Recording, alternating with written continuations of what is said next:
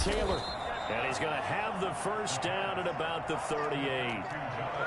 It's a pickup of 6 and good enough to move the chains. Well, I'm sure he likes his performance a little bit better than last week. He had the 3 interceptions here, none in the fourth quarter, and he's got his guys in front. Guaranteed he put in a tremendous amount of work this week, but maybe the matchup is just better for him. Sometimes it just doesn't work out. It's almost like those golfers. Certain courses fit their eye, and they like what they see. And other courses, as soon as they tee it up, they know they have no shot. Maybe that's the difference for him. Last week, no. This week, a big yes. They work again from the 38 on 2nd and 10. From the gun, it's a give to Chubb. He'll get only 3 there, so it leaves him with a 3rd and 7 ahead. That's it. That's what you want. Straight ahead positive gain. Just keep that clock ticking. It's 3rd down. The Browns on 3rd down. A perfect 3 for 3 as they look to keep that streak going. This is 3rd and 7. They're going to look to throw. And he's going to drop this off to his fullback. And he is going to have a Browns first down as they're able to get the 3rd down conversion. It's a gain of 10, and the Browns are going to get a first down. First down. They'll try and run some clock here as they keep it on the ground. 7 yards on the pickup there, and it'll leave them with a 2nd and 3. Oh, that's one to warm the hearts of all those old-school football players, isn't it? Tough, hard, gritty run, got behind his pads, bowled over a few people. Look at that one, right up the gut. So up through 3 quarters, no reason to lighten up now. And he takes a shot on the release as this will be incomplete. He was looking that time to get it to Paris Campbell, and it's 3rd and short. In any event, it happened pretty quickly. I'm not sure he made the right decision on that one. I think if he had it to do over again, he would have found a different target downfield. But he made his decision, and that one's incomplete. And he can't quite pick it. No interception so far. That probably should have been their first, but at least it's 4th down. Here's Jamie Gillen now, as he should be able to pin him back deep here with his first punt. Only 2 punts for him last week in the loss as he gets this one away.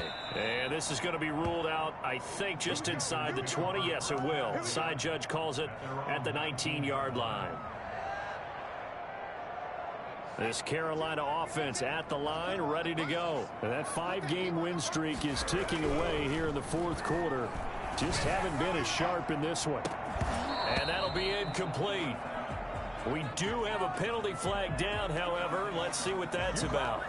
This home crowd, they're happy with that call. I like the way you said happy there, right? The so-called good guys didn't get a call. They feel like it's been that way all afternoon. You feeling their pain? They finally got one. Yes, they did. They'll look to throw now on first down. Into the hands of his receiver, Anderson. A good rally to the football keeps him to only a yard, and it's 2nd down. Okay, so now the question, how did he get that wide open? Well, we both know that he shouldn't, because from the time they handed out scouting reports before this game, he was circled, starred, everything. Find him, cover him. But sometimes you can scheme a guy open. You put the receivers in a bunch. Maybe you move some motion. Maybe you put them on the backside of a formation, and all of a sudden you've got a better matchup. Every now and then, the offensive guys, they figure a way to get him open, even with everyone keeping up. Touchdown, Carolina! Christian Kirk. His 6th touchdown of the season. And the Panthers are able to cut into this lead. Great corner route there. Not only able to catch it, turn it upfield, and get into the end zone. It usually involves a little bit of an extra move, doesn't it? You've got to get them thinking that you're moving to the middle of the field and you're breaking away to that corner. Boy, that was well executed. Pulls it in at the 13. The Browns take over 1st and 10 at their own 22-yard line. The Browns drive about to get started. Now, the previous drive they punted, but that was just the first time they've had to do so in this game. And when they turn on the game film, the coaches will rant about this, right? They'll say, oh, God, we got to move the ball, guys. We can't punt the ball away. But they have to keep smiles off their faces because that's the first time in the game they've had to do so. They've moved it quite well. They'll overall be happy with what they've seen. The first down run got 5. Here's 2nd and 5. They run it again with Joe. And he's going to have to protect the football and take his lumps here at this stage of the game as they stop him behind the line. Call that a loss of a yard, and things get a little more difficult here. 3rd and 5. And his defense here going to burn their 2nd timeout. But you can also factor in another timeout that they'll get when the clock stops at the 2-minute warning. The Browns on 3rd down. They've been near perfect. 4 for 5 to this point. This will be 3rd and 5. He'll drop to throw. Rolling to his right. He can run. Oh, now he's stripped. He lost the football. And it's picked up by the Panthers. And he takes it into the end zone. It's a fumble recovery and a touchdown for the Panthers. This defense, Charles, they needed some type of a spark to help get them back in this game. I think they just got their spark. No doubt about it. You know, that's all they discussed. How can we get ourselves moving again? How can we get our team going? This definitely qualifies. And he will get into the end zone to cut the lead a little bit further. So here's the kickoff now as they'll get it again following that fumble return for a score. Pulls it in at the 3rd. Now a hit and a loose football.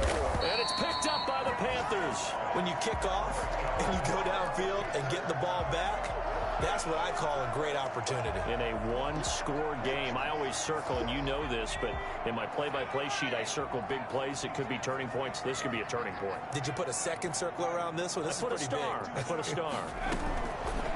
They'll try and start this drive in the air. And he's got it. Touchdown, Panthers. DJ Moore. His 2nd touchdown of the game and his 9th on the year. And the Panthers are now an extra point away from tying up this game. So a big play coming for the Panthers. They'll go for 2.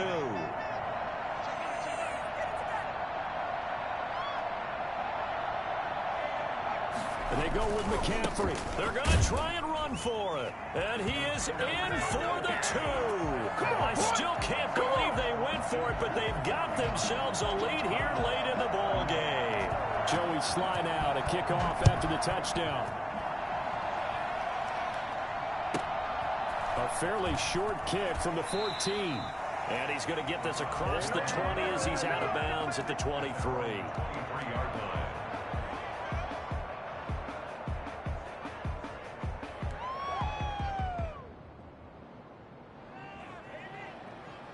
The Browns drive about to get started. Now, we have seen a lot on the scoreboard here in this quarter. So, sometimes you talk to me about tendency breakers on offense. These defenses struggling. Are there tendency breakers on defense? All defensive coordinators keep something in their hip pocket for these types of situations. What can we do to slow down the onslaught?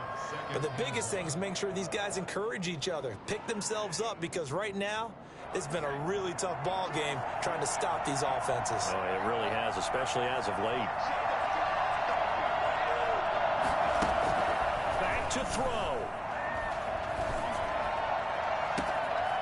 This is going to be caught. He won the fight for the football. A gain of 32 that time.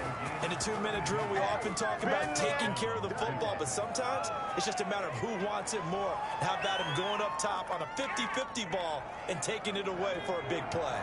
So how about that for a chain mover? They're all the way down inside the 40 now for 1st and 10. Chubb with the first down carries. He'll get about 3 out of it. Make it 2nd and 7 coming up. Now the Browns will use the first of their 3 timeouts as they'll talk things over prior to this upcoming 2nd down play.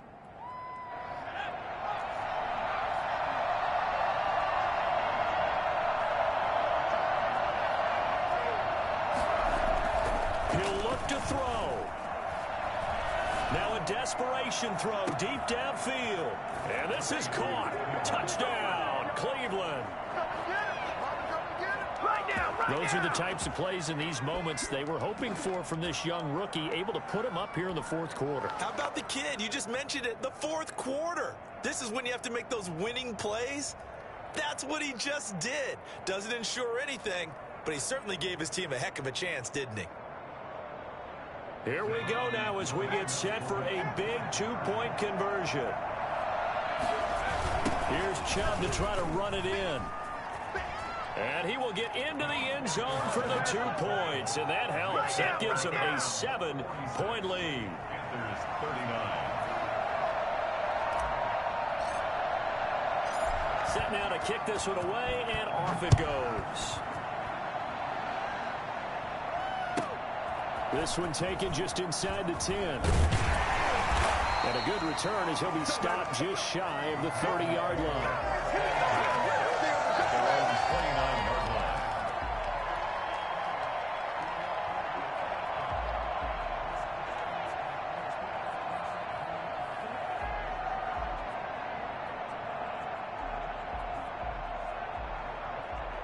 The Panthers out there and ready to begin their next drive. They're down here in a one-score game. At the time, it's a factor, but it's not a huge factor right now, is it? It's really not, because this amount of time gives them a chance to run their offense, to go through play sequences. And this is what they work on every week in practice, usually on a Friday. And he can't get a throw away. He's taken down. Well, they're in some hot water now after that sack. It's 2nd and 21. Brandon, you got to have some urgency here. You got to get the guys back to the line of scrimmage, but the problem is all 30 yards downfield after that play. He was looking to get that one to DJ Moore, and it's 3rd down. That was an interesting look there, because as soon as he got outside the pocket, I thought he was going to take off and run for yardage. But what often happens now with these quarterbacks who can move, defenses want to try and keep bodies in front of them, and I think that discouraged him from taking off and made him try a pass downfield that fell incomplete. He's going to let it fly. He's got him in, complete. And he'll take this to the other side of midfield before going out of bounds. A real letdown defensively. That was 3rd and a bundle, but they allow the conversion. So the line of scrimmage moves all the way across the 50 now as they come up 1st and 10. They'll look to throw.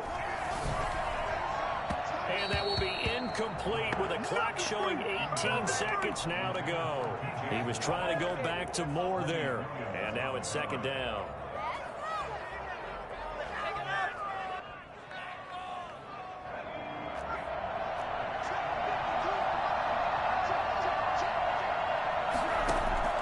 Back to throw. Going back to Moore. This time he's got him complete. And they do finally get him, but he makes it all the way to the 6. And a timeout coming in. This will be their final one with 10 seconds remaining.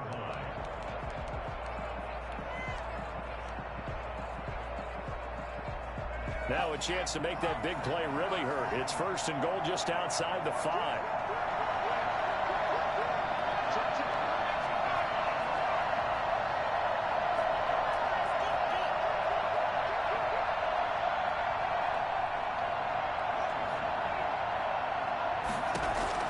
He's back to throw. And, oh, a crusher there as it's intercepted. Able to get there and pick it. He's got the lane, and there he goes. 30. No pain, no gain. Here we go. Let's go. He's back. Well, we were on hand for a fun and entertaining game here. Coming down really to that last play. Great job defensively to get the pick and seal it. And we know that every play during a game matters. You're never sure which one's going to be one of the key ones.